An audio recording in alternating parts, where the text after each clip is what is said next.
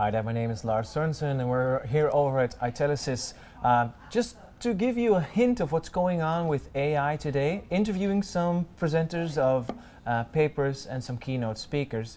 We're going to talk right now to Alessandro Umbrico from the National Research Council of Italy. Yeah. And you've done a lot of things already in your career, and now you're focusing on human and robot collaboration. And we were just talking a little bit about it, Yep. and then we came to the acknowledgement that, not only us humans are getting to know robots, but robots also have to get to know us. Yeah, Tell us a little exactly. bit about that process. Yeah, so thanks for this opportunity. So the idea of our research activities in artificial intelligence is to allow robots to somehow have a smart, intelligent and flexible behavior in order to somehow be adaptable and flexible with respect to the behavior of the human, so do things together and so avoid that the human somehow is a sort of slave of the robot and so passive with respect to the robot, but so have a sort of peer interaction and allow the robot to flexible interact with humans in a dynamic way and dynamic environments. Wow, obviously it's an important aspect, like how we are as humans cooperate. We have a lot of skills, soft skills that we bring to the table to be able to work together.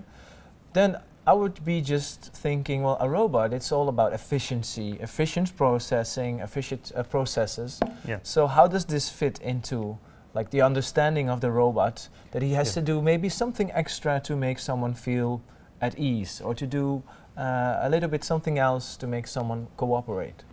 Yeah. The point is that somehow the flexibility of the robot. So it is not just a matter of somehow efficiency and performance, I would say, but also the capability of somehow try to have an internal representation of the environment and somehow understand what is going on around him, around the robot, and so dynamically, autonomously, and in a proactive way somehow try to do something which is more suited for the particular situation that is somehow observing, and so adapting the behavior and to achieve his goal and support, for instance, the human in his operations. So how far are we just by testing this out and experimenting with this, like the human side of robots?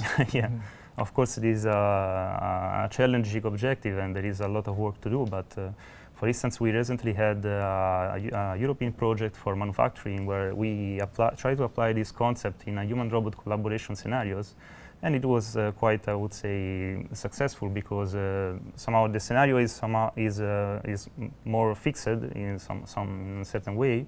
So we know what the robot is supposed to do and what the human is supposed to do and what they can do together somehow. And so we were able to apply these techniques in order to, in a flexible way, arrange the process of the production in that case, and arrange dynamically what the robot must do and what the human must do according to the preferences, for instance, of the human, and also for its behavior and time. So according to his position and his way of working, somehow adapting the motions, for instance, and the operation of the robot. So. And how do the humans react to more humanified robots? Because I can imagine at first it will also be like kind of a strange experience. Don't get me wrong, but we're getting used to robots in our surroundings a little bit more. Yeah. But right now we have the picture that they're all like maybe Siri, which doesn't really give you a lot of collaboration. Yeah. So we're not maybe used to the robot actually getting to know us. Yeah, in that case also using these experiments that we made in concrete scenarios, the point is that we must maintain somehow the human as part of the process of the control decision, so just do not be passive. So in that case, we use an approach in order to allow the user to somehow express his preferences with respect to the process that he was going to perform, and so have a sort of interaction with the robot in order to say, I prefer to do this, and then allow the robot to do other things, and so somehow try to negotiate, I would say, a sort of shared plan, and so perform together these operations.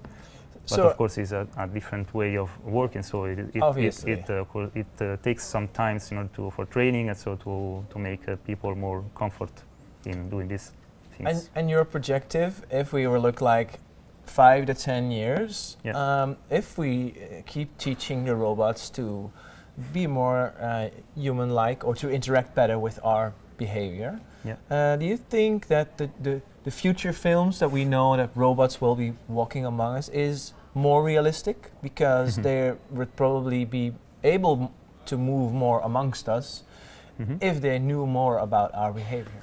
Yeah, I think that it could be realistic. Of course, maybe we have some limitations. So of course we have somehow to limit the interaction around a specific domain, I would say. But for instance, with respect to the work that I have presented here today, we have this idea that there is a home environment where we have a senior person that is living alone, and we have a sort of telepresence robot or companion robot that somehow live together with the person, and so give some support.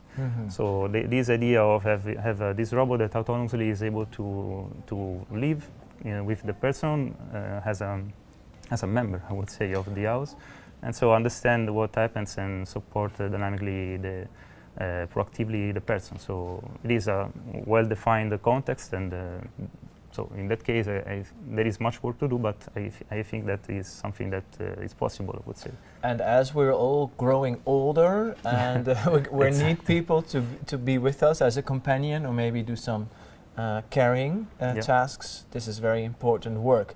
I want to thank you so much for sharing this with us briefly. Thank Obviously, you. your research and the paper is much more widened.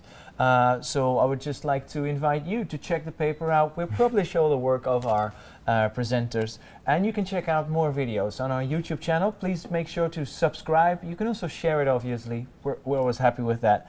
And we would love to meet you in person. Maybe share your thoughts and your ideas during one of our conferences when we come to a place near you. Thank you.